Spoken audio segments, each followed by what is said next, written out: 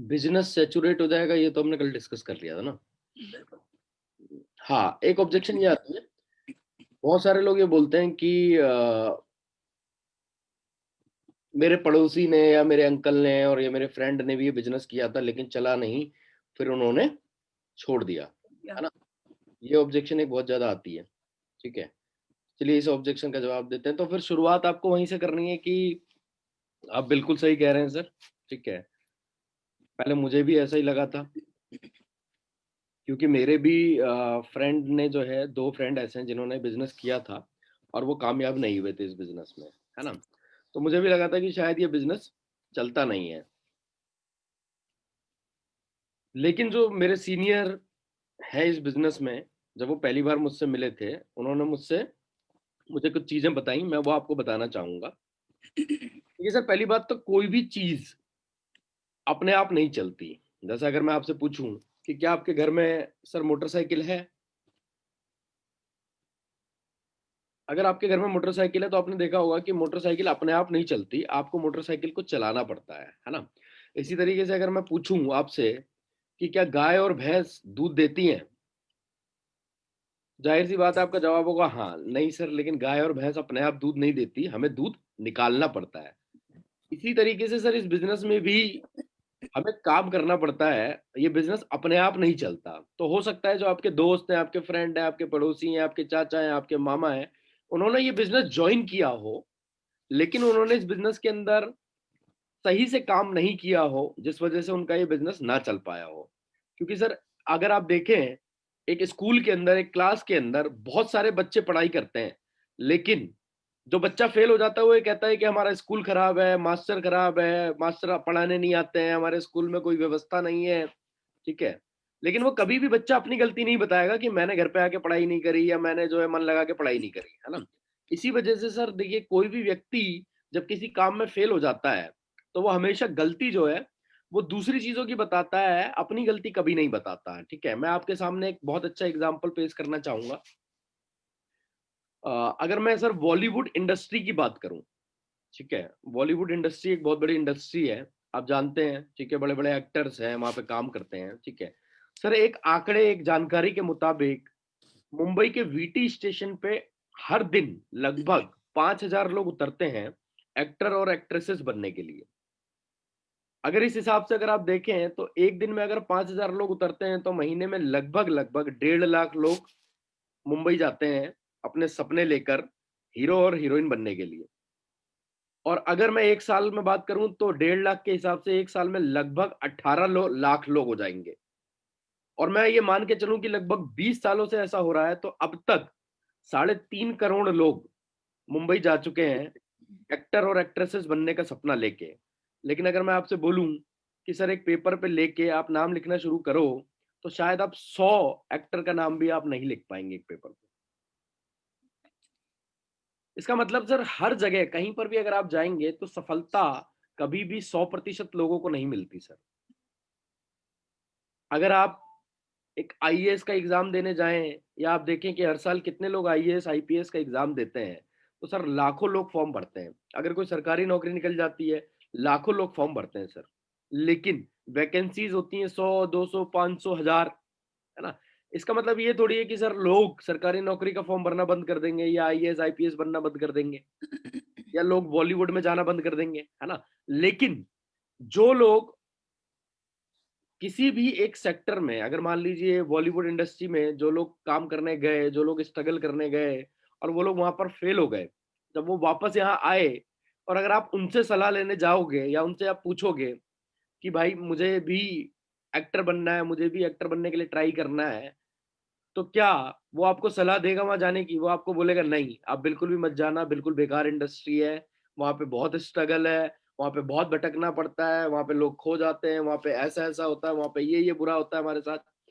अगर आप किसी भी नाकामयाब आदमी को देखेंगे या नाकामयाब आदमी के पास सलाह लेने जाएंगे सर, वो कभी भी आपको ये सलाह नहीं देगा आप उस काम को करिए। इसका मतलब ये नहीं है कि उस काम के अंदर सफलता नहीं मिलती, है ना। तो जिस तरीके से हर इंडस्ट्री में हर जगह हम जाके काम करते हैं, ट्राई करते हैं, हम अपने बच्चों को कभी नहीं रोकते कि सरकारी नौकरी का फॉर्म मत भरो। अगर इस तरीके से आप देखो लाख फॉर्म भरते हैं, 10 लाख फॉर्म भरते हैं और 1000 लोग आईएएस या आईपीएस बनते हैं, पर माता पिता अपने बच्चों को मना तो नहीं करते ना कि आप नौकरी के लिए ट्राई भी ना करो, है ना? यानी कोशिश करना हम कभी भी बंद नहीं कर सकते, जब तक ये जीवन है कोशिश हमेशा जारी रहेगी, ठीक है? तो सर आइए आप और हम भी मिलके काम करते हैं। देखिए मैं तो इस काम को बहुत पैशनेटली कर रहा हूँ, मैं बहुत अच्छे से कर रहा हूँ और मैं आगे भी बढ़ रहा हूँ। आप मेरे साथ काम करिए, हम सिस्टम को फॉलो करेंगे, हम ट्रेनिंग्स लेंगे, यहाँ पे सिखाया जाता है कि काम कैसे करना है और हम ज़रूर कामयाब होंगे। किसी व्यक्ति को देखकर कोई इस काम को कर नहीं पाया, सफल नहीं हो पाया, ये देखकर अगर हम काम करना बंद कर देंगे, तो हमें भी सफलता नहीं मिलेगी। तो मेरा कहने का सिर्फ यही मतलब है कि आप आइए, काम करते हैं मिलके, हमारा एक सिस्टम है, अगर आप उस सिस्टम को फॉलो करेंगे, तो मैं आपको सफलता की 100% गारंटी देता हूँ।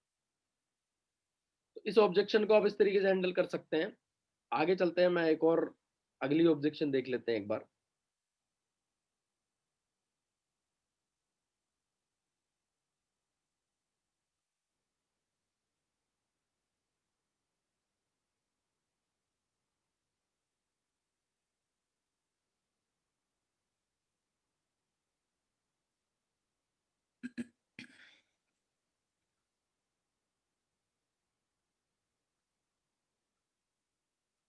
हाँ, अगली ऑब्जेक्शन है, एक वो वाला है कि वैसे तो हमने कल भी करा था, लेकिन एक और हम इसका एग्जांपल ले लेते हैं, जहाँ पे लोग ये कहते हैं कि भैया एमएलएम है, चेन सिस्टम है ना?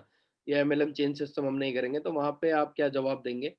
आपकी पहली लाइन फिर वहीं से स्टार्ट होगी, सर आप बिल्कुल सही कह रहे हैं। मुझे भी पहले ऐसा ही लगा था, जब मैंने पहली बार इस सिस्टम को देखा था, तो मुझे भी ऐसा ही लगा था कि ये एमएलएम चेन सिस्टम है और ये सिस्टम जो है मुझे नहीं करना चाहिए, ये इसके बारे में बहुत ज़्यादा नेगेटिविटी है। तो देखिए सर, जब मैंने पहली बार इस सिस्टम को देखा था, तो मुझे भी मेरे सीनियर ने कुछ चीज़ें बताई थी, मैं वो आपके साथ शेयर करना चाहूँगा, ठीक है? देखिए सर, पहली बात तो आपको ये समझना पड़ेगा कि हर जगह कहीं न कहीं पर हम किसी न किसी चेन सिस्टम से जुड़े हुए हैं। अगर मैं आपसे बोलूँ कि सर आप इस दुनिया में आए हैं, तो कहीं न कहीं सबसे पहले आपके दादाजी आए होंगे, फिर आपके पिताजी आए होंगे, फिर आप इस दुनिया में आए होंगे, फिर आपका बेटा आएगा, ठीक है? तो यहाँ पे भी देखिए सर एक चेन बन रही है ना? तो ज़िंदगी की शुरुआत ही सर चेन से होती है ना? आप जिस कंपनी में काम करते हैं, अगर आप वहाँ देखें, तो वहाँ सबसे ऊपर आपकी कंपनी के सीईओ होंगे, उसके नीचे जनरल मैनेजर, उसके नीचे मैनेजर, उसके नीचे सीनियर मैनेजर, उसके नीचे असिस्टेंट मैनेजर, उसके नीचे आप, और आपके नीचे हो सकता है और सारे कर्मचारी हों। तो आप ये देख रहे हैं, यहाँ पे भी पूरी एक चेन बनी हुई है, ठीक है? तो चेन सिस्टम से तो आप कभी भी पीछा नहीं छुड़ा सकते। पैदा होने से लेके मरने तक आप किसी न किसी चेन से तो जुड़े हुए हैं, है ना?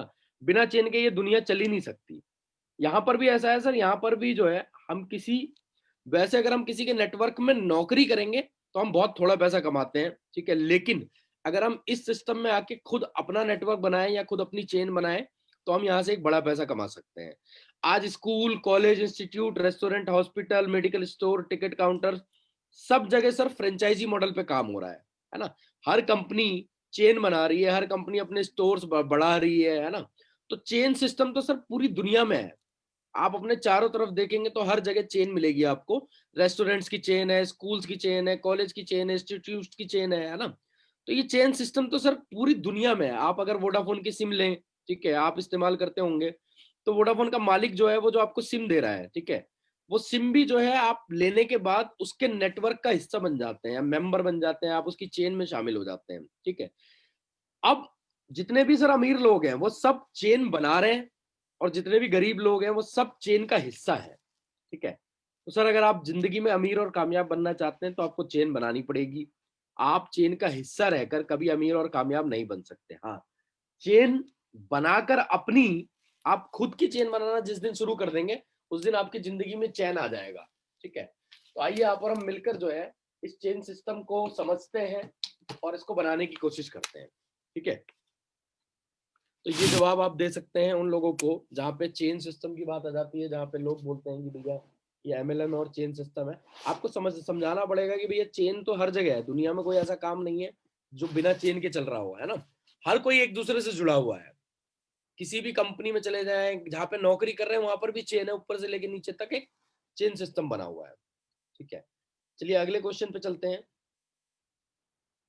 यहाँ पे कुछ लोग बोलते हैं कि हमें अपना कुछ काम करना चाहिए, हम किसी दूसरी कंपनी के लिए क्यों काम करें, ये तो दूसरी कंपनी है ना?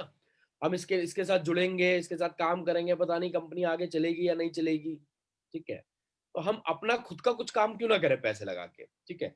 तो वहां पे आप समझा सकते हैं कि सर देखिए, पहले मुझे भी ऐसा ही लगता था, आप बिल्कुल सही कह रहे हैं, ठीक है। लेकिन जो मेरे सीनियर हैं उन्होंने मुझे कुछ बातें बताई, मैं आपको बताना चाहूंगा। देखिए सर, अगर आप कोई और काम करेंगे पैसे लगा के, आप 10 लाख रुपए लगा के कोई रेस्टोरेंट खोलेंगे या आप 10 लाख रुपए लगा के कोई दुकान खोलेंगे, तो उस दुकान के अंदर भी आप खुद का कुछ नहीं होगा आपका, आप किसी ना किसी ब्रांड के साथ जुड़ के ही काम करेंगे। आप किसी ना किसी ब्रांड का ही काम कर रहे होंगे, आप किसी ना किसी ब्रांड का ही सामान बेच रहे होंगे। दुकान में भी हम अपना सामान तो बेचते नहीं है ना, दूसरे ब्रांड्स का ही सामान बेचते हैं, ठीक है। पर आप ये सोचिए कि अगर आप 10 साल, 20 साल, 25 साल तक किसी और ब्रांड के लिए काम करें, किसी और ब्रांड का सामान बेचें, और 10 साल, 20 साल, 25 साल के बाद अगर किसी भी वजह से वो काम आप ना कर पाए, है ना, तो क्या आपके बच्चों को उस बिजनेस से कोई रॉयल्टी इनकम आएगी, है ना? क्या वो कंपनी कोई रॉयल्टी इनकम देगी? आप ये सवाल पूछिए अपने आप से, नहीं देगी। लेकिन नेटवर्क मार्केटिंग में सर, अब जब आप हमारे ब्रांड से जुड़ के, हमारी कंपनी के साथ जुड़ के काम करते हैं, 10 साल, 15 साल, 20 साल लगाते हैं, तो 10 साल के बाद, 15 साल के बाद, 20 साल के बाद अगर आप किसी वजह से काम नहीं भी कर पाए, तो आपको रॉयल्टी इनकम आती है। मैं आपको अपनी कंपनी के ऐसे 5-6 लोगों का एग्जाम्पल देता हूँ, जिन्होंने आज से 10 साल पहले, 15 साल पहले ये बिजनेस स्टार्ट किया था।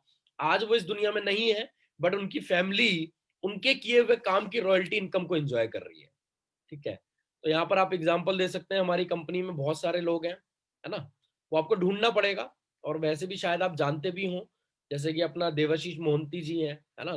2-4 नाम तो मुझे भी पता है, तो आप ढूंढ सकते हैं, उन लोगों का एग्जाम्पल दे सकते हैं कि सर, यहाँ पर आप हमारे कंपनी के साथ अगर काम करेंगे तो हमारी कंपनी आपके काम का रिवॉर्ड देगी आपको, आपके जाने के बाद भी आपकी फैमिली को रॉयल्टी इनकम आएगी। और अगर आप किसी वजह से काम करना बंद भी कर देंगे या काम नहीं कर पाएंगे 10 साल बाद, 15 साल बाद, तो भी आपको एक रॉयल्टी इनकम मिलेगी, क्योंकि जो टीम आपके नीचे बन जाती है, वो टीम जब तक काम करती रहती है तब तक आपको रॉयल्टी इनकम आती है। तो ये बिजनेस रॉयल्टी इनकम के लिए किया जाता है, ठीक है। ये जवाब हम वहां पे दे सकते हैं। चलिए आगे चलते हैं। हाँ, अब यहाँ पर जो है ना, बहुत सारे लोग ये बोलते हैं कि अगर नेटवर्क मार्केटिंग, ये सवाल मेरे से भी किसी ने पूछा था, अगर ये इतना अच्छा काम है तो सभी लोग क्यों नहीं कर लेते, है ना। अगर ये इतना अच्छा काम है तो सभी लोग इस काम को क्यों नहीं कर लेते, आपको घर घर जाके लोगों को कन्विंस क्यों करना पड़ता है। ये सवाल मुझसे पूछा था किसी ने, ठीक है। तो अगर ये इतना अच्छा काम है तो सब अपने आप क्यों नहीं कर लेते हैं, आपको क्यों लोगों को कन्विंस करना पड़ता है, ठीक है। तो यहाँ पे भी आपको ये बोलना है कि आप सर बिल्कुल ठीक कह रहे हैं, पहले मुझे भी ऐसा ही लगा था, जब मुझे ये प्लान दिखाया गया था तो मुझे भी लगा था कि अगर ये इतना अच्छा काम है तो लोग खुद क्यों नहीं कर लेते हैं, है ना। हमें इतना ज्यादा कन्विंस क्यों करना पड़ता है, इतना ज्यादा बताना क्यों पड़ता है। देखिए, सबसे पहली बात तो इसका जवाब ये हो सकता है कि सर, आप जिस भी भगवान को मानते हैं, आप जिस भी भगवान को मानते हैं, वो सबसे बड़े और सबसे अच्छे भगवान हो सकते हैं आपकी नजर में, पर क्या सारी दुनिया उनको मानना शुरू कर देगी? ऐसा नहीं हो सकता ना। दूसरा, आप देखिए सर, दूध लेने के लिए, दूध, सुबह सुबह हमें दुकान पे जाना पड़ता है ना। या दूध वाला जो है, कई बार घर पे भी आपने देखा होगा, दूध वाले जो है वो घर पे आते हैं दूध देने के लिए, है ना। या अगर आप किसी दूध की दुकान को बोल दें कि भैया मैं महीने में तेरे यहाँ से दूध लूंगा, तो मेरे घर पहुंचा देगा, तो पहुंचा देगा। लेकिन दूध देने वाले को घर घर घर जाना पड़ता है, लेकिन दारू लेने के लिए लोग लंबी लाइन लगा के खड़े होते हैं। यानी अच्छी चीज के लिए सर घर घर जाना पड़ता है, और बुरी चीज के लिए जो है लोग खुद लाइन लगा के खड़े हो जाते हैं। तो ये दुनिया का सर सिद्धांत है, जब भी कोई अच्छी चीज होगी, है ना, तो उसके लिए जो है लोगों को अवेयर करना पड़ेगा, लोगों को जगाना पड़ेगा, लोगों को बताना पड़ेगा। लेकिन किसी भी बुरी चीज के लिए लोग खुद लाइन लगा के खड़े हो जाते हैं। ये आज से नहीं सर, सदियों से चला आ रहा है, ठीक है। आप देखिए, आपको भी पता है कि मॉर्निंग वॉक करना हमारी सेहत के लिए बहुत अच्छा है ना। लेकिन मॉर्निंग वॉक करने के लिए लोगों को अवेयर करना पड़ता है, लोगों को जगाना पड़ता है, लोगों को बताना पड़ता है, फायदे बताने पड़ते हैं। देखिए कितने सारे जिम खुले हुए हैं इस काम के लिए, है ना। बड़े बड़े ट्रेनर लोगों को ट्रेन कर रहे हैं, समझा रहे हैं कि आप सुबह उठ के एक्सरसाइज कीजिए, ठीक है। जबकि सबको पता है अच्छा काम है। इस दुनिया में कोई ऐसा आदमी नहीं है जिसको ना पता हो कि मॉर्निंग वॉक सेहत के लिए अच्छी होती है। लेकिन आप बताइए सर, करते कितने लोग हैं? इतनी अवेयरनेस करने के बाद, इतना जगाने के बाद, इतना लोगों को समझाने के बाद भी 1 महीने 2 महीने करते हैं, फिर घर बैठ जाते हैं, है ना। आप खुद ही देख लीजिए, आप भी अपने आप को देखिए कि क्या आप कितनी बार करते हैं, है ना? सुबह उठ के आप कितनी घंटे आप मॉर्निंग वॉक करते हैं? तो सर अच्छी चीज बार बार समझानी पड़ती है। पता सबको है कि हमारे लिए क्या अच्छा है क्या बुरा है ना? लेकिन फिर भी लोगों को बार बार समझाना पड़ता है, क्योंकि लोग भूल जाते हैं सर। ठीक है, मैं आपको ऐसे अनगिनत एग्जाम्पल दे सकता हूं, ठीक है, लेकिन मेरा सिर्फ समझाने का सिर्फ मकसद ये है सर कि किसी भी अच्छे काम के लिए लोगों को कन्विंस करना पड़ता है, लोगों को जगाना पड़ता है, लोगों को उठाना पड़ता है। जब हमारा देश आजाद नहीं था, हम गुलाम थे, 200 साल हमने अंग्रेजों की गुलामी करी, है ना? क्या उस टाइम पर जितने भी लोग हिंदुस्तान में थे, 30 करोड़ 40 करोड़ जो हमारी आबादी थी, क्या उनको नहीं पता था कि गुलामी हमारे लिए हानिकारक है, आजादी आजादी हमारे लिए अच्छी है? लेकिन फिर भी स्वतंत्रता सेनानियों को, क्रांतिकारियों को, लोगों को घर घर जाके जगाना पड़ता था, उठाना पड़ता था कि चलो भैया अंग्रेजों को भगाना है यहाँ से, अपने देश से हमें आजाद होना है ना? क्योंकि ये हमारा नेचर है कि हम लोग एक अपने कंफर्ट जोन में चले जाते हैं, है ना? तो उस टाइम पर भी बहुत सारे लोग अपने कंफर्ट में आराम से बैठे हुए थे, अरे यार क्या करना है, क्यों परेशान होना है, नौकरी तो चली रही है ना, खाना तो खा ही रहे ना, काहे को हम जाके अंग्रेजों से लड़ाई लड़े, काहे को उनको धक्का दें, है ना? मतलब परेशान तो थे लोग, लेकिन एक कंफर्ट जोन में चले गए थे। तो सर कुछ क्रांतिकारियों ने मिलकर आवाज उठाई, लोगों को जगाना शुरू किया, लोगों को घर से निकालना शुरू किया। इसी तरीके से सर ये जो लड़ाई है, ये आर्थिक आजादी की लड़ाई है, और आप मुझे भी क्रांतिकारी समझ सकते हैं सर। मैं घर घर जाके लोगों को जगा रहा हूँ, ठीक है, और मुझे पता है लोगों को जगाना पड़ेगा, अपने आप कोई नहीं जागेगा, ठीक है। तो मैं सर अपना काम करता रहूंगा, मैं आपको जगाने की कोशिश कर रहा हूं। अगर आप जाग गए तो आप और हम मिलकर फिर लोगों को जगाने का काम कर सकते हैं सर। क्योंकि जिस तरीके से सर स्वतंत्रता संग्राम में, स्वतंत्रता की लड़ाई में, आजादी की लड़ाई में जिन लोगों ने शुरुआत करी थी, जिन लोगों ने घर घर जाके लोगों को जगाया था, जिन लोगों ने लोगों को उठाया था, जिन्होंने क्रांति का झंडा अपने हाथों में उठाया था सर, आज हम उन लोगों को शहीद का दर्जा देते हैं, आज हम उनकी जयंती मनाते हैं, आज हम उनका नाम लेते हैं, भगत सिंह, चंद्रशेखर आजाद, ऐसे लोगों को हमेशा हमेशा के लिए याद किया जाता है। तो जिस दिन इस आर्थिक आजादी की लड़ाई में सर हम आगे निकलेंगे, हम आगे बढ़ेंगे, हम लोगों को जगाएंगे, और जिस दिन हम इस आर्थिक आजादी की लड़ाई में जीत जाएंगे, कामयाब हो जाएंगे सर, तो आपका और हमारा नाम भी हमेशा हमेशा के लिए सुनहरे अक्षरों में लिखा जाएगा इतिहास में। और जब भी बात आएगी कि हाँ इन लोगों ने कुछ ऐसा करके दिखाया जो अन्य लोगों के लिए एक मिसाल बन गया, है ना? आप देखिए सर, हमारे यहाँ हजारों एग्जाम्पल है। हमारी एकता मैम है जो कभी हाउसवाइफ थी, ठीक है, पर उन्होंने एक झंडा उठाया कि भैया नहीं, मुझे अपनी फैमिली को आर्थिक आजादी दिलानी है। 4-5 साल उन्होंने मेहनत करी, आज पूरा हिंदुस्तान उनको जानता है। हिंदुस्तान में कोई भी ऐसा व्यक्ति नहीं है जो एकता सहदेव जी को ना जानता हो, है ना? पूरे दिल्ली एनसीआर में लोग उनको जानते हैं। आज वो जहां पर भी चली जाती हैं, लोग उनके पास आ जाते हैं कि मुझे मैडम आपके साथ एक फोटो खिंचानी है ना? मुझे आपका जैसा बनना है, ठीक है? तो कल के दिन सर ये चीजें आपके और हमारे साथ भी हो सकती हैं, ठीक है? बस जरूरत है हमें इस आर्थिक आजादी के झंडे को उठाना है और घर घर जाके लोगों को जगाना है। इस जगाने का काम जो लोग करते हैं सर, वो हमेशा हमेशा के लिए याद रखे जाते हैं। और बाकी तो सर देखो, आजादी से लेके अब तक ना जाने कितने लोग पैदा हुए और कितने मर गए, लोगों को नाम भी नहीं पता होगा उनका। लेकिन आज भी जिन लोगों ने हमें आजादी दिलाने में महत्वपूर्ण भूमिका निभाई थी, आज भी हम उन लोगों को याद रखते हैं, ठीक है? तो क्या आप नहीं चाहते कि हमें भी लोग याद रखें, कुछ हम ऐसा करके जाएं? तो अगर हम कुछ ऐसा करके जाना चाहते हैं सर, तो आपका स्वागत है इस आर्थिक आजादी की लड़ाई में, और मैं आपके साथ हूँ। आप ऐसा बोल के जो है सामने वाले को कन्विंस कर सकते हैं।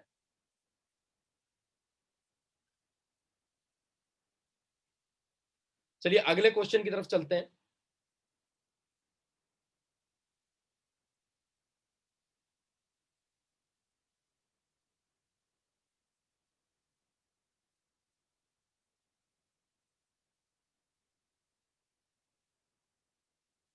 मेरे ख्याल से मोस्ट ऑफ दी ऑब्जेक्शंस तो हो गई हैं। अगर मैम, अगर कोई ऑब्जेक्शन आपको लग रहा है कि रह गई हो तो आप मुझे बता सकते हैं। बिल्कुल। एक सवाल सर था कि जैसे कोई हमसे ज़्यादा अर्न करता है, अदर कंपनी में या अदर उसमें, अगर वो सपोज़ 50,000 कमाता है और हमारी शुरुआत है, अभी हम 8 से 10,000 रुपए कमाते हैं, अर्न करते हैं वेस्टीज़ में, तो हम्म। हम उनको कैसे अप्रोच करेंगे? वहाँ पे हमारा कॉन्फिडेंस लूज़ होता है। मतलब अरे ये कल एक क्वेश्चन आया था। कॉन्फिडेंस लूज करने वाली कोई बात नहीं है। आप वहां पे इस तरीके से बात कर सकते हैं, जैसे मान लीजिए मैं आपको एग्जांपल देता हूँ कि आप 50,000 रुपये महीना कमाते हैं और मैं अभी नया नया हूँ डायरेक्ट सेलिंग इंडस्ट्री में और मैं 10,000 रुपये कमाता हूँ। तो अगर आप मुझसे मेरी इनकम पूछोगे तो मैं आपको अपनी इनकम बता सकता हूँ कि मैं 10,000 रुपये महीना कमाता हूँ। लेकिन यहाँ पे ये भी गौर करने वाली बात है मैं आपसे ये भी तो पूछूंगा ना कि सर आज आप 50,000 रुपए महीना कमा रहे हो, तो क्या आज आपका जो है 2 साल का एक्सपीरियंस है या 3 साल का एक्सपीरियंस है, या आप 10 साल के बाद 50,000 रुपए कमा रहे हो? हम्म। है ना? ऐसा तो नहीं है कि आपकी पहली बार में ही जो नौकरी लगी होगी वो 50,000 रुपए की लग गई होगी। हम्म। अगर आज कोई 50,000 रुपए महीना कमा रहा है, तो हम्म। उसने, जैसे मैं अगर अपना एग्जांपल लूं, जब मैंने पहली जॉब करी थी अपनी, तो मेरी सैलरी 6,000 रुपए थी, और ये बात है सन 2009 की, है ना? हम्म। और 2009 से 2016, लगभग 7 साल के बाद मैं 60,000 रुपए महीना कमा रहा था। तो मुझे 7 साल भी तो लगे थे ना 60,000 रुपए कमाने में। हम्म। तो यहाँ पे हम ये बोल सकते हैं कि सर जब भी किसी नए कैरियर में आप जाओगे, जब भी आप किसी नई जगह अपना कैरियर बनाने जाओगे, तो आपको जीरो से ही शुरुआत करनी पड़ेगी ना। बिल्कुल। ऐसा थोड़ी ना हो सकता। अब मैं आपको एक एग्जांपल देता हूँ। मान लीजिए आप नौकरी कर रहे हैं, 1 लाख रुपए महीना आपको मिल रहा है, ठीक है? हम्म। आप नौकरी कर रहे हैं और हम्म। 1 लाख रुपए महीना मिल रहा है। मान लीजिए आप रियल एस्टेट के फील्ड में है ना? ओके। आपको वहां पे 1 लाख रुपए की सैलरी मिल रही है, ठीक है? हम्म। अब आपने ये बोला कि आपका अचानक से मन किया कि यार मुझे जो है ना यहाँ पे मजा नहीं आ रहा, अब मैं जो है ना एक काम करता हूँ, मेरा पैशन है क्रिकेट खेलना, और मैं बचपन से क्रिकेट खेलता आ रहा हूँ, ठीक है? हम्म। अगर आज आप क्रिकेट खेलना शुरू करोगे, तो क्या शुरू करते ही आपको जो है आईपीएल में सेलेक्ट कर लिया जाएगा? नहीं, बिल्कुल नहीं। मतलब जब भी आप किसी नए कैरियर की तरफ जाओगे, तो आपको शुरुआत तो जीरो से ही करनी पड़ेगी ना। बिल्कुल। तो हम कह सकते हैं कि सर अभी तो मेरी शुरुआत है। अगर हम्म। 1 साल के बाद या 2 साल के बाद मैं 10,000 रुपए महीने पे पहुंच गया हूं, है ना? तो आप 3 साल बाद, 4 साल बाद देखिएगा कि मैं कहां पहुंच सकता हूं। ये पोटेंशियल है। वहां पे आप एग्जाम्पल दे सकते हैं अलग अलग लोगों का। जैसे मैं क्या करता हूं, अगर मुझसे इस तरह का कोई सवाल करता है, तो मैं वहां पे एग्जाम्पल देता हूं मोइन खान का, मैं वहां पे एग्जाम्पल देता हूँ शिवम गोस्वामी जी का, मैं वहां पे एग्जाम्पल देता हूँ आपका, मैं वहां पे एग्जाम्पल देता हूँ राजीव सर का। फिर मैं उनको समझाता हूँ कि सर देखिए, जब मोइन खान जी ने इस बिजनेस को स्टार्ट किया था सन 2012 में, तो उनके पहले महीने का चेक 19 रुपए था, उनके दूसरे महीने का चेक 36 रुपए था, उनके तीसरे महीने का चेक 144 रुपए था, उनके चौथे महीने का चेक 256 रुपए था। उन्होंने पहले पूरे साल में सिर्फ 6,000 रुपए कमाए थे सर। हम्म। लेकिन दूसरे साल उनकी इनकम, दूसरे साल के एंड तक होते होते उनकी इनकम 30 से 40 हजार रुपए हो गई। तीसरे साल का एंड आते आते उनकी इनकम 1 लाख रुपए हो गई। चौथे साल का एंड आते आते उनकी इनकम 2 लाख रुपए हो गई। पांचवें साल का एंड आते आते उनकी इनकम 3 लाख रुपए हो गई। सर ये नेटवर्क मार्केटिंग है। यहाँ पे मल्टीप्लीकेशन होता है। मैं दूसरा एग्जांपल दे सकता हूँ शिवम गोस्वामी जी का।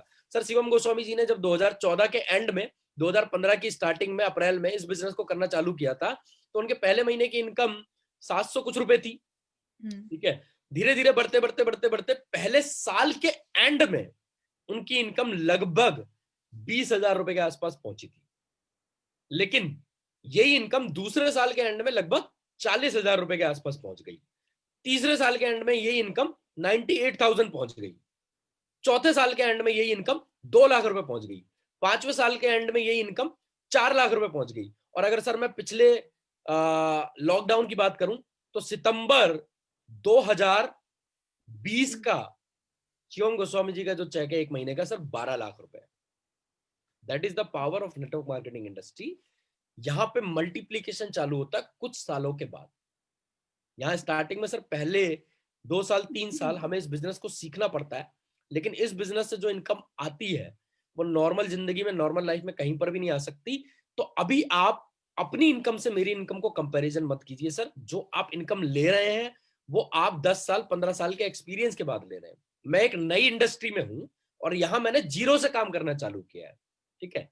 सर अगर मैं अपनी बात करूं, तो मैं एक रियल एस्टेट कंपनी के अंदर काम करता था, जहां मुझे लगभग 1 लाख रुपए महीने के मिलते थे। पर आज मैं इस नई इंडस्ट्री में काम कर रहा हूँ, एमएलएम इंडस्ट्री में काम कर रहा हूँ, मैं 10 15 20 हजार रुपए महीने के कमा रहा हूँ, है ना? तो मैं अगर ये बोलने लगूं कि वहां मैं 1 लाख रुपए ले रहा था, यहां मुझे शुरू से 1 लाख रुपए मिलने लग जाए, ऐसा नहीं हो सकता सर। ये जॉब नहीं है ना, ये बिजनेस है, ये एक नई इंडस्ट्री है, ये एक नया प्रोफेशन है। मैं यहाँ जीरो से काम कर रहा हूँ। तो आप अपने एक्सपीरियंस को मेरे एक्सपीरियंस से कंपेयर मत कीजिए। हाँ, अगर आपको कंपेयर करना है, तो आपने 10 साल के एक्सपीरियंस को राजीव शर्मा जी जो हमारे सीनियर है, उनके 10 साल के एक्सपीरियंस से मैं कंपेयर करूंगा सर आपके एक्सपीरियंस को। फिर देखते हैं सर कौन कहां पर है। मैं आपके 10 साल के एक्सपीरियंस को अपनी एकता मैम के एक्सपीरियंस से कंपेयर करूंगा सर, क्योंकि उनको 6 साल हो गए इस इंडस्ट्री में। मैं आपके 10 साल के एक्सपीरियंस को शिवम गोस्वामी जी के 5 साल के एक्सपीरियंस से कंपेयर करता हूं, फिर देखता हूं सर कौन कहां पर है। क्या आप तैयार हैं इस कंपैरिजन के लिए? अगर आप तैयार हैं सर, तो इन लोगों से मैं आपको मिलवाता हूं, फिर देखते हैं सर कौन कहां पर। बराबरी बराबरी का मुकाबला करते हैं ना सर। आप अपने 10 साल के 15 साल के एक्सपीरियंस को मेरे 1 साल के 1.5 साल के एक्सपीरियंस से कंपेयर कर रहे हो, ये तो नाइंसाफी है ना सर। वाह! ठीक बहुत है। ही शानदार आंसर, बहुत ही शानदार आंसर। और कोई क्वेश्चन मैम? और और सवाल आता है कि जैसे हमें कैंटीन से सामान बहुत सस्ता मिलता है, हाँ, 40 से 30 से 40% का मार्जिन है। बहुत बढ़िया। सर आपकी ये बात बिल्कुल सही है कि कैंटीन में आपको सस्ता सामान मिलता है, ठीक है, और सर मिलना भी चाहिए।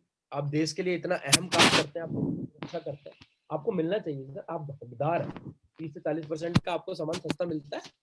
हम तो इसमें गर्व महसूस करते हैं कि सरकार आपको सस्ता देती है, सर आपको मिलना ही चाहिए, क्योंकि आप देश की सेवा कर रहे हैं।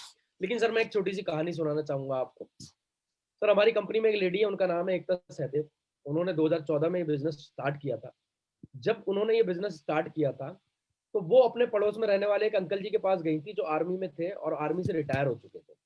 तो जब वो उनके पास गई और उन्होंने उनको बोला कि अंकल जी आप हमारे यहाँ से सामान लीजिए, है ना, और यहाँ से आप बहुत सारी इनकम कर सकते हैं, यहाँ से आप बहुत सारा पैसा कमा सकते हैं, तो उन अंकल जी ने जवाब दिया था कि मैं आपके यहाँ से सामान क्यों लूं, मुझे तो कैंटीन से 50% रेट पे सामान मिलता है ना।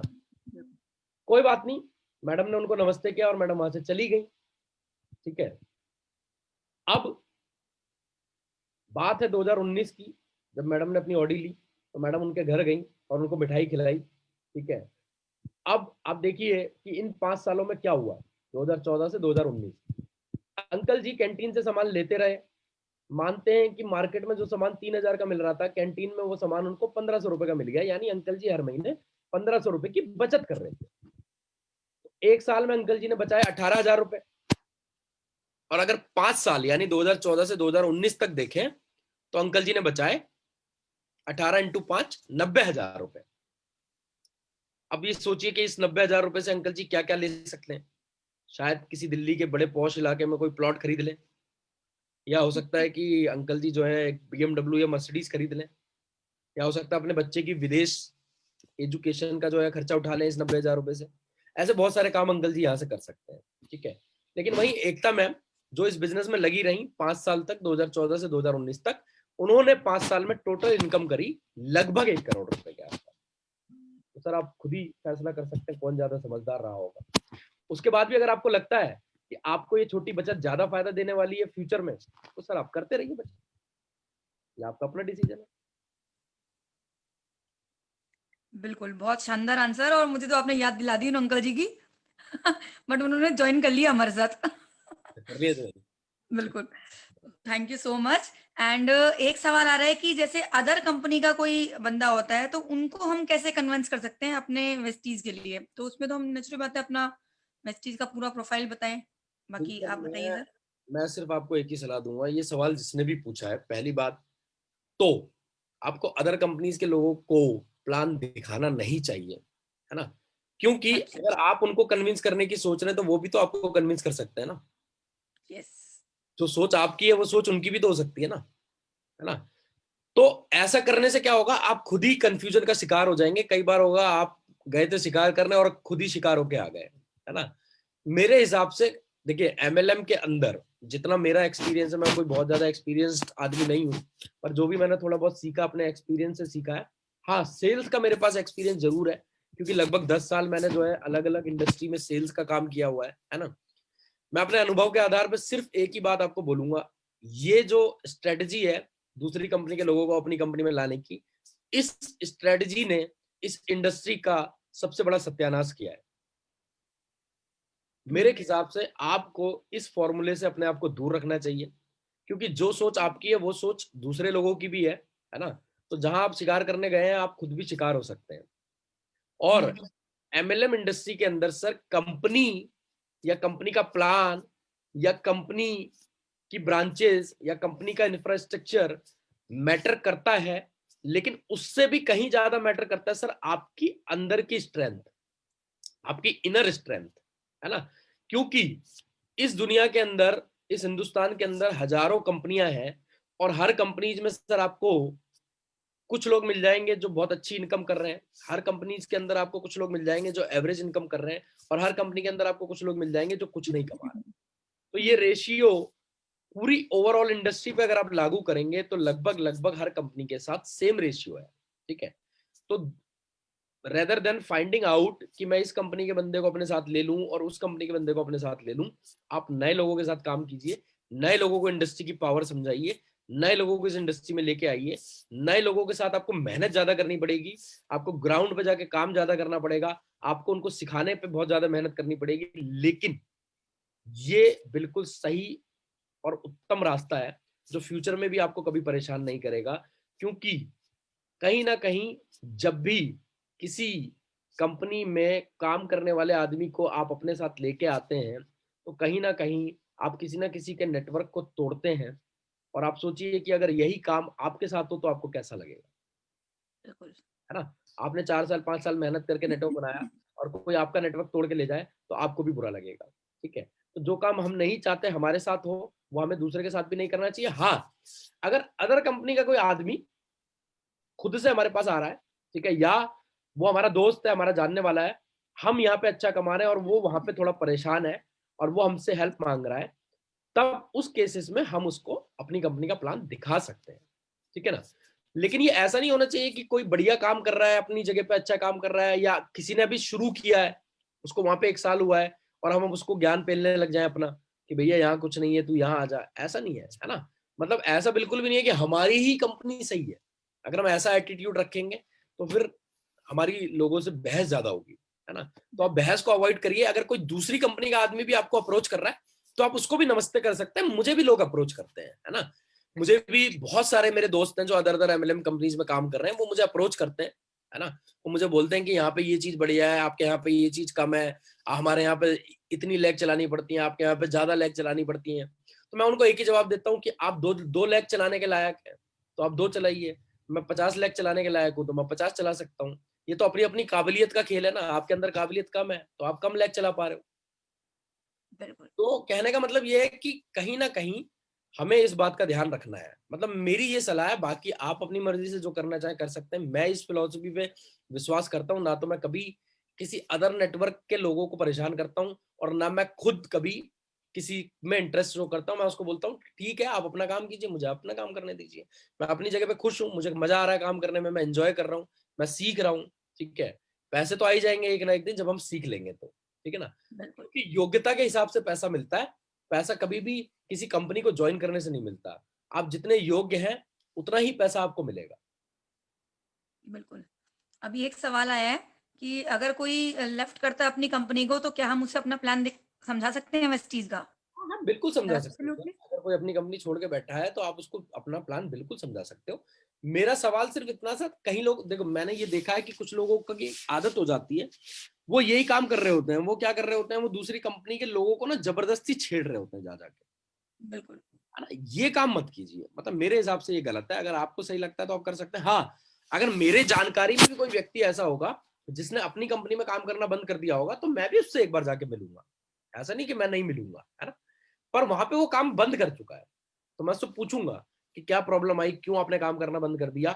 हो सकता है उसको जो प्रॉब्लम वहां फेस कर रहा हो, उस प्रॉब्लम का सोल्यूशन हमारे पास हो, तो हम उसको सोल्यूशन देके अपने साथ ज्वाइन करा सकते हैं। बिल्कुल, लेकिन हम हर समय ये सोचते रहे कि मैं फलाना कंपनी का आदमी तोड़ लूं, मैं उसको उठा के ले आऊं, वो काम कर रहा है मैं उसको डिस्टर्ब कर दूं। तो अगर आप ऐसा करोगे तो ये चीज आपके साथ भी तो हो सकती है ना। कल को आपके नेटवर्क को भी लोग परेशान करेंगे, है ना? एक्चुअली, और ऐसा करने से कुछ होने वाला नहीं है, आप खाली अपना समय नष्ट करेंगे बस। बिल्कुल। तो ये तो सर ये बहुत ही शानदार आपने आंसर दिया, बिकॉज़ हमारे पास भी मतलब कोई भी लीडर हो, जैसे हम भी किसी कंपनी के लीडर को छेड़ते नहीं हैं। बस ये है कि हमने उनसे रिलेशन इतने अच्छे बिल्ड कर लिए, कभी भी वो लेफ्ट करने की सोचेंगे, तो 100% जब वेस्टीज़ जॉइन करेंगे, तो कहीं न कहीं ध्यान आएगा। जैसे एकता सहदेव, हाँ, उनसे मेरी बात चल रही है, रेगुलर गुड मॉर्निंग का मैसेज आता है, रेगुलर फ़ॉलो-अप कर रही हूँ मेरा, तो क्यों ना मैं एक बार एकता मैम से जाके प्लान देख सकूँ। तो हमें रिलेशन बिल्ड करना बहुत ज़रूरी है।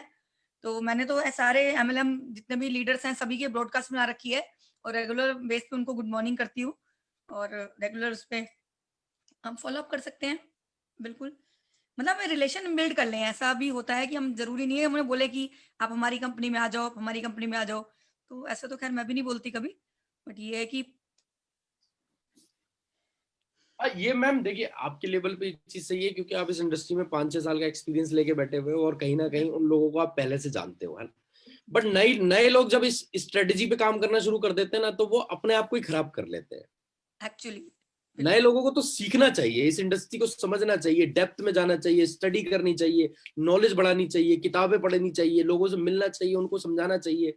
वो इन चीजों पे ना लग के ना फिर उनका दिमाग शॉर्टकट पे चला जाता है। यस, बिल्कुल सही कह रहे हो सर आप। एक कह रहे हैं कि एक का कहना है कि अगर जैसे हम किसी को प्लान दिखाते हैं, कई लोग कहते हैं क्या करेंगे हम इतना पैसा कमा के, सब कुछ यहीं रखा रह जाएगा। अब इस पे बड़ा अच्छा आंसर देने वाले हो आप। मैं क्या बोलूं, मैं ना हंसी आ जाती है। तो उनसे बोलो ठीक है सर, जो बचा कुचा है थोड़ा बहुत हमारे नाम पे लिख दो, और क्या है ना भैया। जब आपको नहीं है जरूरत तो जो आप कमा रहे हो उसका भी 50% पे गुजारा कर लो, 50% हुँ, मुझे दे दो। इसका तो एक ही आंसर है कि सर 1 लाख रुपए कमा रहे हो आप, तो 50,000 रुपए मुझे दे दो। हुँ, देखिए ज्यादातर हमारे समाज में ज्यादातर ये वाक्य उन्हीं लोगों से सुनने को मिलता है। ये वाक्य जो बहुत बड़ा फेमस वाक्य है कि क्या करेंगे पैसा कमाकर, पैसा ऊपर तो लेके नहीं जाना है, साथ में लेके तो नहीं जाना है। अब मजे की बात देखिए, ये वाक्य ज्यादातर वही लोग बोलते हैं, वही लोग इस वाक्य का इस्तेमाल करते हैं जिनके पास पैसा होता नहीं बिल्कुल। है। तो आदमी अपनी नाकामयाबी छुपाने के लिए कोई ना कोई सॉल्यूशन तो देता है, और ऐसा नहीं है कि उन लोगों को कहीं से पैसा मिल जाएगा तो वो छोड़ देंगे, हुँ, है ना। बट ये है कि हाँ, मेहनत करके नहीं कमाना चाहते, हार्ड वर्क करके नहीं कमाना चाहते। बिल्कुल। तो वो फिर उसको कहते हैं कि ठीक है जितना है उतने में संतोष कर लो। जितना है उतने में संतोष करने वाला अगर आदमी हो, मैं तो कहता हूं कि देखिए दो दो चीजें हैं।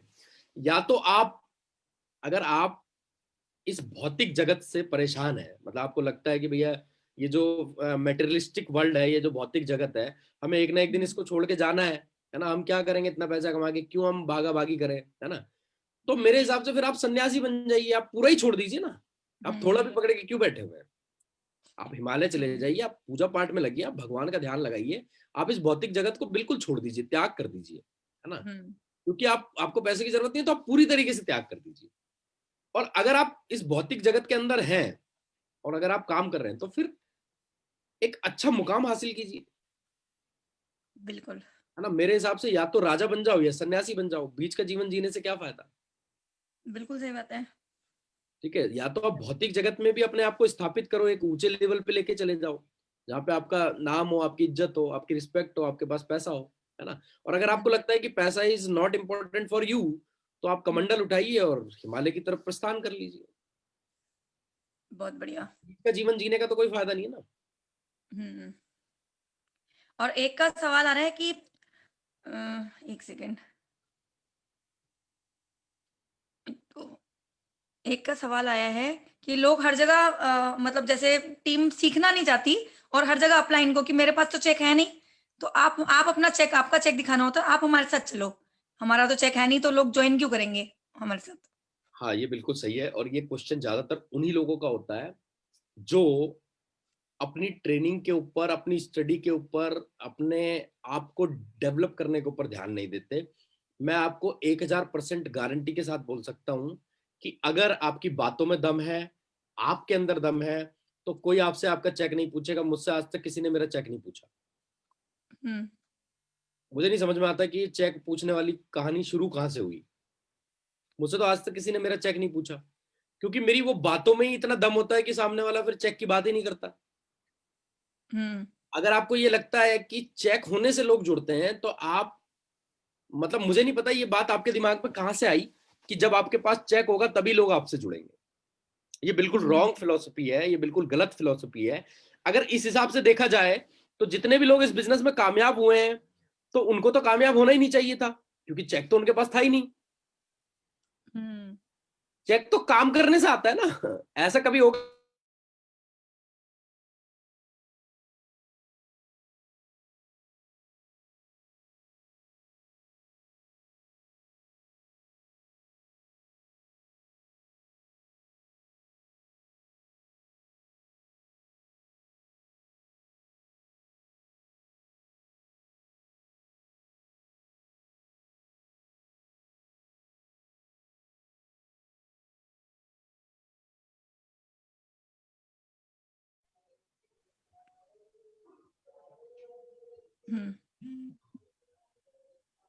मनोज मिश्रा जी, आपको वॉइस आ रही थी सर की? नहीं नहीं, बिल्कुल नहीं आ रही है वॉइस नहीं आ रही ना? ना। मैम मैं मुझे बाहर चला गया था बीच में ना, तो नेटवर्क ओके प्रॉब्लम हो गई थी शायद, ओके ओके, डन। है ना? आ गई है, अब आ रही है ना आवाज? बिल्कुल। हाँ। तो कहने का मतलब ये है कि ये बिल्कुल गलत फिलॉसफी, और ये ज्यादातर ये चेक वेक मांगने वाले लोग वही होते हैं जिनको अपनी एजुकेशन अपने ऊपर बिल्कुल भी भरोसा नहीं होता। मैं ये कह रहा हूँ कि सर अगर आपको अपने ऊपर भरोसा नहीं है तो वैसे भी इस बिजनेस में आपका कुछ नहीं होने वाला। हम्म तो मेरे हिसाब से आपको अपनी एजुकेशन पे ध्यान देना चाहिए, आपको लोगों को सही तरीके से हैंडल करना आना चाहिए। ये it's a business of people management. आपको लोगों को मैनेज करना आप सीख जाओगे, आपका अपने आप चेक आ जाएगा। चेक वेक कोई बड़ी बात नहीं है, चेक तो आता ही एजुकेशन से है, चेक पहले थोड़ी ना होता है। जितने भी लोग इस बिजनेस में कामयाब है उन्होंने अपने ऊपर काम किया, उन्होंने जाके मार्केट, सभी ने जीरो से शुरुआत करी है ना। ऐसा थोड़ी ना है कि एकता मैम जब इस बिजनेस में आई होंगी तो उनको 1 लाख रुपए का चेक पहले दे दिया गया होगा कि भैया जाओ अब इस चेक को दिखाओ मार्केट में, है ना? बिल्कुल ऐसा नहीं हुआ होगा कि जब राजीव सर आए होंगे उनको बोला होगा जी ये लो 1 लाख रुपए का चेक लेके जाओ, अब मार्केट में लोगों को दिखाओ और लोगों को लेके आओ, है ना? बिल्कुल। ऐसा किसी के भी साथ नहीं हुआ है, सभी लोगों ने जीरो से शुरुआत करी थी। हाँ, इन लोगों ने अपनी एजुकेशन के ऊपर काम किया, अपनी नॉलेज के ऊपर काम किया, लोगों के सवालों के जवाब देने सीखे, लोगों को कन्विंस किया, लोगों को भरोसा दिलाया कि आप हमारे साथ काम करोगे तो आप आगे बढ़ सकते हो। अपनी कंपनी के बारे में बताया, अपनी कंपनी का सिस्टम समझाया, अपनी कंपनी का इंफ्रास्ट्रक्चर समझाया, अपनी कंपनी की ब्रांचेस समझाई, अपनी मैनेजमेंट के बारे में बताया, बताया कि हमारा सिस्टम कितना रोबूस्ट है। लॉकडाउन में भी जहाँ बड़ी बड़ी कंपनियां नेटवर्क मार्केटिंग की बैठ गई, उनका बिजनेस बैठ गया, हमारी कंपनी में लोगों को बैठे बैठे ऑनलाइन इनकम आ रही थी और उनके चेक बढ़ते हुए क्रम में जा रहे थे, क्योंकि हमारी कंपनी के पास एक रोबूस्ट सिस्टम है और ये सिस्टम हमेशा काम करता है, चाहे हम किसी भी हालत में रहें। कंपनी ने सिस्टम को इतना स्ट्रांग बनाया हुआ है ना? तो मेरे हिसाब से आप अपनी नॉलेज के ऊपर काम कीजिए सर। अगर आपको ऐसा लगता है कि आपका चेक नहीं है और आप लोगों को ज्वाइन नहीं करा पा रहे हैं, तो इस बात को अपने दिमाग से निकाल दीजिए, क्योंकि चेक होने या ना होने से कोई फर्क नहीं पड़ेगा, फर्क पड़ेगा आपकी नॉलेज से। बिल्कुल मुझे आज तक कभी कोई ऐसी कोई समस्या का सामना नहीं करना पड़ा, और आप जानते हैं मैम जब से मैं आपके साथ जुड़ा हूं, शायद ही मैंने कभी आपको बोला हो कोई प्लान देने के लिए, बिल्कुल शायद ही मैंने आपसे कभी बोला हो कि भाई मैम मुझे आपके चेक की जरूरत है दिखाने के लिए लोगों को। बिल्कुल नहीं। कोई जरूरत नहीं है यार, आपसे बड़ा कोई चेक नहीं है, आप दुनिया के सबसे बड़े चेक हो। इंसान ही तो चेक बनाता है, चेक थोड़ी इंसान को बनाता है। एब्सोल्युटली। आप दुनिया की सबसे बड़ी दौलत अपने अंदर छुपा के बैठे हो, उसको बाहर निकालो, अपने आप को डेवलप करो। आप अपने आप को डेवलप कर लोगे, इससे बड़ा कोई खजाना नहीं है, सारा खजाना आपके अंदर छुपा हुआ है, क्योंकि सारा खजाना, सारी दौलत जो है वो इंसान ने पैदा करी है, दौलत ने इंसान को पैदा नहीं किया है। तो आप हर चीज पैदा कर सकते हो, लेकिन उसके लिए फिर मेहनत करनी पड़ती है। अपने ऊपर काम करना जो है ना वो बड़ा मुश्किल काम है, वो आसान काम नहीं है, इसीलिए ज्यादातर लोग आसान रास्ता ढूंढने लग जाते हैं। बिल्कुल। जी मैम। जी, बहुत ही शानदार जवाब दिया सर आपने। और एक आ रहा है कि हम वेस्टीज में बहुत सारे लेग जोड़नी पड़ती हैं, और हाँ, हम लोग बाइनरी पे काम क्यों ना करें? उसमें सिर्फ 2 लेग पे काम होता है, तो इतनी सारी साइड मेंटेन करने की दिक्कत आती है। तो हम 2 लेग पे क्यों ना करें? सब लोग हमें ये बोलते हैं, तो फिर इसमें हम क्या जवाब दें? देखिए सबसे पहली बात है, मैं आपको एक छोटा सा सवाल आप लोगों से पूछना चाहूंगा। पहली बात तो देखो, आपको एक चीज समझनी पड़ेगी, ये जो इंडस्ट्री है ना, इस इंडस्ट्री को आपको पहले समझना पड़ेगा कि ये इंडस्ट्री जो है ये किस तरीके से ऑपरेट करती है, किस तरीके से काम करती है। दूसरी चीज आपको ये समझनी पड़ेगी कि हिंदुस्तान में नेटवर्क मार्केटिंग 1995 1996 में आ गई थी, है ना? और स्टार्टिंग में लगभग ज्यादातर कंपनियां बाइनरीज पे ही काम करती थी, 2 लेग सिस्टम पर ही काम करती थी, है ना? लेकिन 2 लेग सिस्टम पे काम करने वाली कंपनीज इतना बड़ा मुकाम हासिल नहीं कर पाई जितना बड़ा मुकाम आज वेस्टीज हासिल कर चुकी है। चाहे अब हम ग्लोबल लेवल पे देख लें, चाहे हम हिंदुस्तान के लेवल पे देख लें, ठीक है? क्योंकि 2 लेग वाले प्लान में भी बहुत सारी कमियां होती हैं, और वो कमियां अभी आपको समझ में नहीं आएंगी, क्योंकि अभी आप प्लान के स्ट्रक्चर को नहीं समझ पाएंगे, है ना? उसके लिए आपको थोड़ा सा समय इस इंडस्ट्री में देना पड़ेगा, आपको थोड़ा टाइम लगेगा इस इंडस्ट्री को समझने के लिए। 2 लेग वाले प्लान की जो सबसे छोटी चीज या जो सबसे कमी होती है वो ये होती है कि अगर आपकी सिर्फ 2 टीमें हैं और 2 टीमों में से किसी भी एक टीम के अंदर समस्या आ गई, या वो एक टीम टूट गई या वो एक टीम कहीं और चली गई तो आपकी इनकम जीरो हो जाती है। लेकिन मल्टी लेग में ऐसा नहीं होता। अगर मैं आज बात करूं, मान लीजिए मेरी 5 लेग काम कर रही हैं, तो मेरी 5 लेग में अलग अलग लोग काम कर रहे हैं, उनके साथ मेरा रिलेशनशिप अलग अलग है, उनके साथ मेरी अंडरस्टैंडिंग अलग अलग है, वो एक दूसरे को नहीं जानते हैं, वो सीधा मुझसे कनेक्टेड है, आपस में उनका कोई संबंध नहीं है। अगर मेरी कोई एक लेग चली भी गई तो मेरी जो बाकी की 3-4 लेग है ना, मेरी इनकम वहां से आ सकती है, मेरी इनकम जीरो नहीं होगी। लेकिन बाइनरी में इनकम एक लेग के चले जाने से बिल्कुल खत्म हो जाती है बिल्कुल। है ना? तो ऐसे और भी प्लस और माइनस पॉइंट्स हैं जो आपको समझ में आएंगे जब आप थोड़ा इस इंडस्ट्री में समय दे देंगे। और आपको ये लग रहा है कि आपको साइड मेंटेन करने में दिक्कत आ रही है, आपको क्या कहते हैं 3-4 लेग मेंटेन करने में दिक्कत आ रही है, आपको ज्यादा लेग मेंटेन करने में दिक्कत आ रही है, तो घबराने वाली कोई बात नहीं है। आप ये मान के चलिए कि आपका स्टेमिना बिल्ड हो रहा है बिल्कुल। ना? आप अभी सीख रहे हो, सीखने में ये समस्याएं आती हैं। देखो वेस्टीज में आज जिन लोगों को आप इनकम करते हुए देख रहे हो ना, किसी भी व्यक्ति को, किसी भी लीडर को, आप एक बात का ध्यान रखना कि इन सबके साथ भी वो समस्याएं आई थी। इनको भी लैग मेंटेन करना मुश्किल पड़ता था, इनको भी समस्याएं आती थी, लेकिन वो जो समस्या थी, आज वही समस्या की वजह से ही आज इन लोगों को एक तरीके से पैसिव इनकम मिल रही है। आज हमारे मैक्सिमम लीडर ऐसे हैं जो बहुत कम काम कर रहे हैं, उसके बावजूद भी उनके लाखों रुपए के चेक आ रहे हैं।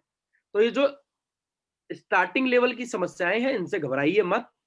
लेवल मेंटेन करने में जो समस्याएं आ रही हैं, वो सिर्फ आपके साथ नहीं आ रही हैं, वो हर वेस्टिजियन के साथ आ रही हैं।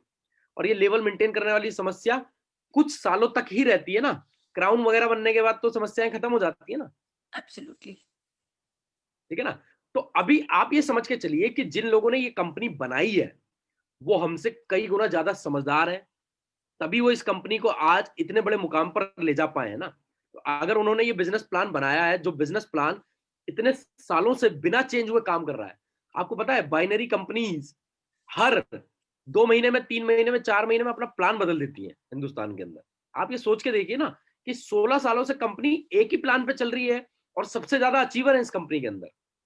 इस कंपनी का टर्नओवर सबसे ज्यादा है। ये कंपनी दुनिया में जहां पे 100 टोटल कंपनीज की जो लिस्ट बनती है हर साल, वहां पे 30 नंबर पे है, 30 नंबर पे है ना? जहां पे इंडिया की एक भी कंपनी का नाम नहीं नजर आता। अगर इस कंपनी ने इतना बड़ा मुकाम हासिल किया है तो इसका प्लान जो है वो सोच समझ के बनाया गया है।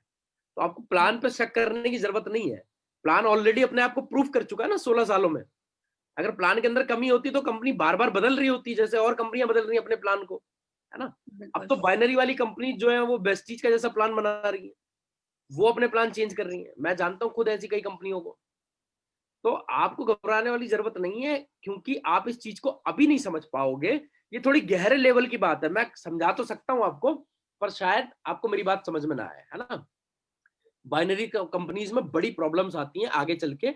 वहां पे अब जैसे मैं एक छोटा सा एग्जांपल देता हूं। जैसे आप ये देखते होंगे हमारी कंपनीज के अंदर डायरेक्टर बोनस पॉइंट होता है, हमारी कंपनी के अंदर एलओबी पॉइंट होता है, हमारी कंपनी के अंदर ट्रैवल फंड, हाउस फंड, ये सब चीजें हैं। और ये सब चीजें हमारे पॉइंट के ऊपर डिपेंड करती हैं।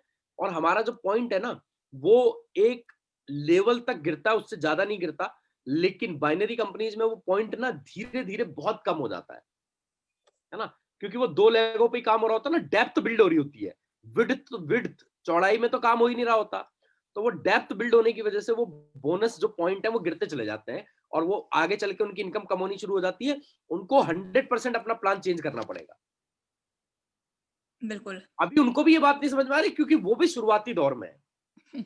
उनको ये बात समझ में आएगी कुछ सालों के बाद, फिर वो अपना प्लान चेंज करेंगे। लेकिन उस टाइम पे उनको कोई फर्क नहीं पड़ता ना, क्योंकि जो लोग वहां पे कामयाब हो चुके होंगे उनको तो इनकम आ ही रही होगी। वो बोलेंगे कंपनी चाहे अपना प्लान 10 बार बदले, हमें क्या फर्क पड़ता है। लेकिन नए लोगों को तो बात अब नए लोगों को बात समझ में आएगी, यार जो काम वेस्टी शुरू से करके चल रही है, ये अब 5 साल बाद कर रहे हैं। बिल्कुल।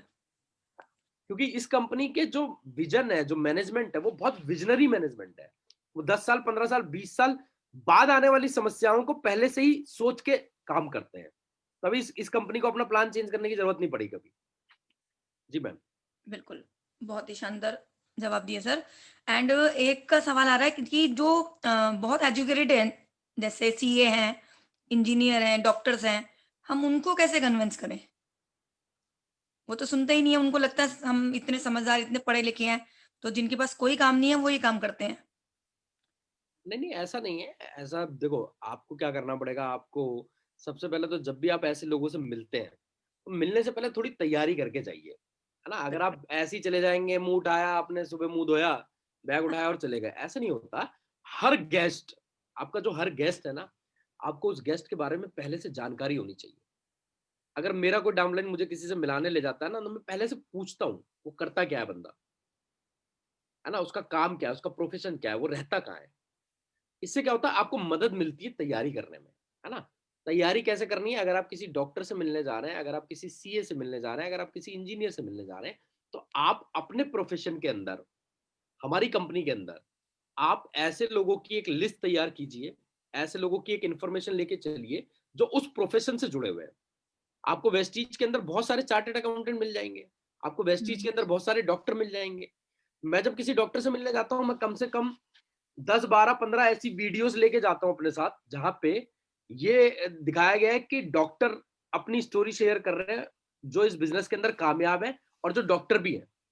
बिल्कुल। तब आप उस प्रोफेशन से रिलेटेड लोगों की वीडियोस आपको दिखाएंगे, आप उनको, तो उनको आप ये बता पाएंगे कि सर आपका सोचना गलत है कि खाली लोग आपके काम करते हैं इस बिजनेस को, जिनको कोई काम नहीं होता। आप ये देखिए, आपके सामने मैं 5 6 डॉक्टरों की वीडियो दिखा रहा हूं, सर ये तो आपके प्रोफेशन से रिलेटेड ही है ना, हम्म।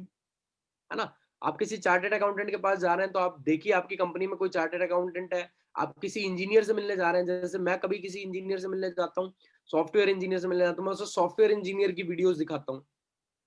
तो वहां बिल्कुल। पे उनको ये लगता है, वो रिलेट कर पाते हैं कि हाँ यार, अच्छा ये तो अपनी इंडस्ट्री का आदमी है यार, अच्छा ये यहाँ पे काम कर रहा है, अच्छा ये इतना ऊपर चला गया, है ना। तो क्या इंजीनियर नहीं है, हमारे राजीव सर भी तो इंजीनियर ही बिल्कुल। है ना। हम राजीव सर का एग्जाम्पल दे सकते हैं। आप बताओ ना, कौन इंजीनियर 12 लाख रुपए 15 लाख रुपए महीना कमाता होगा, बिल्कुल। है ना।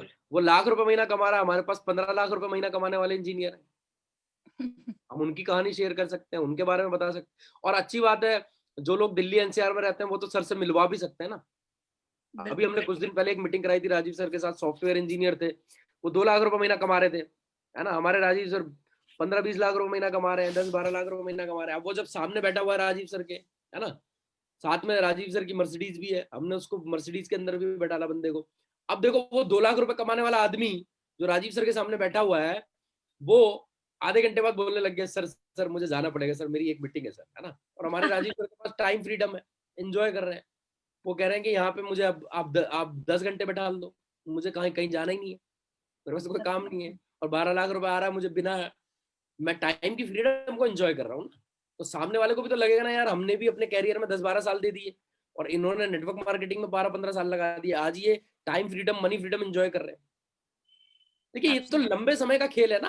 आप टाइम फ्रीडम और मनी फ्रीडम कोई 1 2 साल में थोड़ी ना आ जाती है।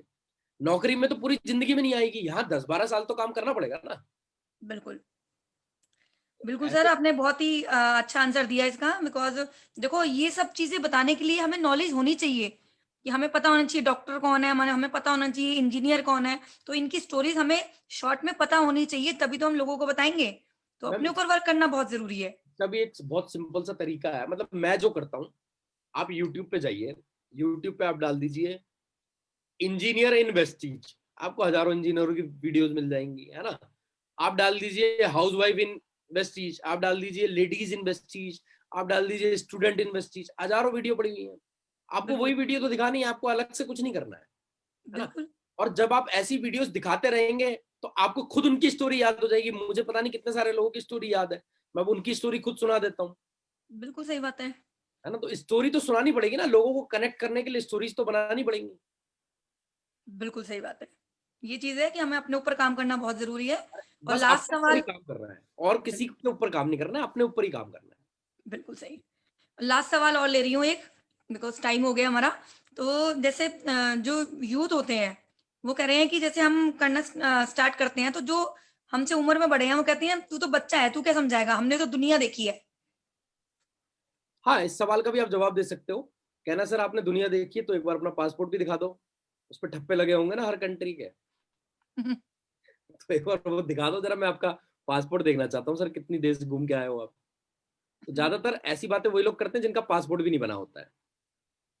है ना, उन्होंने दुनिया देखी होती जिनका पासपोर्ट नहीं बना होता। तो कहना सर पासपोर्ट, दुनिया देखने के लिए तो पासपोर्ट लगता है शायद, अगर मैं गलत नहीं हूं तो शायद पासपोर्ट तो होगा आपके पास। तो ऐसे लोगों के पास पासपोर्ट भी नहीं होता, पता नहीं ये दुनिया कैसे देख लेते हैं, मुझे तो आज तक नहीं समझ में आया। दूसरी बात यह है कि देखो, आप मुझसे भी कई बार लोग ऐसे बोलते हैं कि मतलब मुझसे तो नहीं बोलते हैं, पर मेरी टीम में बच्चे हैं जो 17-18 साल के हैं, उनसे लोग बोलते हैं कि अभी तो तुम बच्चे हो, हमें मत सिखाओ, तुम क्या सिखाओगे हमें, हमने दुनिया देखी है। मैं ऐसे लोगों को सिर्फ एक बात बोलना चाहता हूँ, देखो पहली बात तो ये, अगर कोई आदमी बोलता है मैंने दुनिया देखी है, तो इस दुनिया में उससे ज्यादा थका हुआ आदमी कोई नहीं है। तो वो कह रहा है कि मैंने दुनिया देख ली, तो वो थक चुका है अपनी जिंदगी से, है ना। तो पहली बात तो जो ये कहता है कि मैंने दुनिया देख ली और मुझे सब पता है, ये दो वाक्यों का प्रयोग करने वाले लोगों से तो आपको दूर ही रहना चाहिए। ये खुद भी कुछ नहीं करेंगे और कहीं आपका भी ना छुड़वा दें, ठीक है। तो ये बहुत बेकार प्रजाति के लोग हैं जो ये कहते हैं कि मैंने दुनिया देखी और मुझे सब पता है। जिसने दुनिया देख ली और जिसे सब पता है, फिर उसका ऊपर जाने का समय हो गया। अब यहाँ कर क्या रहे हो सर, तो आप पूरी दुनिया देख चुके हो और आपको सब पता है, तो फिर आप जाइए, आपका तो टाइम हो गया, बुलावा आ जाना चाहिए आपका अब तक। मतलब अब आपके लिए कुछ बचा ही नहीं ना करने के लिए दुनिया में, आप कर क्या रहे हो यहाँ पे। जब आप सब कुछ देख चुके हो और आपको सब कुछ पता है, तो भगवान को फिर आपको उठा लेना चाहिए। आपका तो समय हो गया यहाँ से जाने का, आप सब कुछ देख चुके हो उस दुनिया में। इन लोगों को आप जवाब ये दे सकते हो कि आप देखो, मैं आपको सिर्फ एक बात बोलूंगा, दुनिया बहुत तेजी से बदल रही है और दुनिया बदल चुकी है और दुनिया बदल भी रही है आगे, और आने वाले समय में भी नहीं कर पाते हैं। आज एक्सपीरियंस और उम्र मायने नहीं रखती है। आज 10 साल का लड़का यूट्यूब चैनल चला के 10 लाख रुपए महीना कमा रहा है। मैं आपको दे दूंगा उस लड़के का रेफरेंस। 10 साल का लड़का है, उसका खुद का यूट्यूब चैनल है और वो 10 लाख रुपए महीना कमाता है। उम्र कोई मायने नहीं रखती सर, दुनिया बदल चुकी है। अब उम्र और अनुभव से पैसा नहीं आता है ना। अब ये वाली बात हो गई कि आप कितने भी समझदार क्यों ना हो, आप कितने भी समझदार क्यों ना हो, आप कितने भी एक्सपीरियंस क्यों ना हो, अगर आप बैलगाड़ी पे चल रहे हैं, ठीक है, और आपको आगरा जाना है, और एक 11 साल का 12 साल का बच्चा मोटरसाइकिल से जा रहा है, तो वो आपसे तेज चलाइए ना, उसमें कोई मतलब, उसमें आपका एक्सपीरियंस और अनुभव क्या कर लेगा बताओ। बिल्कुल, उसमें आपका एक्सपीरियंस और अनुभव क्या कर लेगा। आप बैलगाड़ी पे बैठ के आगरा जा रहे हो और एक 12 साल का लड़का बाइक से आगरा जा रहा है, वो आपसे पहले पहुंच जाएगा। आप जितना मर्जी रोते रहो कि भैया मेरे पास तो इतना अनुभव है, मेरे पास तो इतनी डिग्रियां हैं, मेरे पास तो इतनी नॉलेज है ना, मैं कैसे पीछे रह गया। इससे कुछ कुछ नहीं होने वाला। आपकी डिग्री, आपकी नॉलेज आज से 20 साल पहले बहुत बढ़िया काम कर रही थी, अब उसको चेंज करने की जरूरत है। सर, आपकी जेब में आज नोकिया का कीपैड वाला फोन तो नहीं है ना, आप स्मार्टफोन चला रहे हो ना। आपने अपना फोन तो चेंज कर लिया, खुद को कब बदलोगे। तुम्हारी जो अंदर सेटिंग है वो नोकिया की डिफॉल्ट सेटिंग पड़ी हुई है कीपैड वाले फोन की। अपने अंदर की सेटिंग को भी तो चेंज करो। फोन तो अपग्रेड कर लिया, खुद को भी अपग्रेड कर लो थोड़ा सा, है ना। नॉलेज अपना, आपको क्या लग रहा है कि सिर्फ नॉलेज से लोग पैसा कमाते हैं? नहीं। आज 13-14 साल के दो भाई हैं, 13 और 14 साल के, बेंगलोर में, वो एक कंपनी के सीईओ हैं, वो कंपनी रन कर रहे हैं। हाँ, ऐसे हजारों एग्जाम्पल पड़े हुए दुनिया में। तो ये कहना तो सर बिल्कुल बंद कर दो आज के बाद कि आपको सब पता है और आपने दुनिया देखी है। क्योंकि अगर आप ज्यादा ऐसा बोलते रहोगे ना, तो भगवान ऊपर बैठा सुन रहा है, फिर बुला लेगा आपको वापस। तो कहेगा यार इसने सब कुछ देख लिया है और सब कुछ ये कर चुका है, फिर इसकी जरूरत क्या धरती पे से ऊपर बुलाओ, ये कर क्या रहा है वहां, ये लोगों को और खराब कर रहा है, इसको उठा लो ऊपर। कहना सर ज्यादा बार ऐसे इन शब्दों का आप ज्यादा प्रयोग ना करें, वरना भगवान बुरा मान जाएगा, उठा लेगा, वो सुन रहा होता है सब कुछ। आप ऐसा बोलिए मुझे कुछ नहीं पता है, बिल्कुल। फिर भगवान बोलेगा यार इसको कुछ नहीं पता, इसको रहने दो थोड़े दिन, ये सीख के आएगा वहां से। बिल्कुल। बहुत ही शानदार जवाब दिया। थैंक यू सो मच विकास जी। और मैं देख रही हूँ एक-एक बंदा नोट्स बना रहा है। बहुत सारे लोगों को बहुत सारी चीज़ें क्लियर हुई हैं।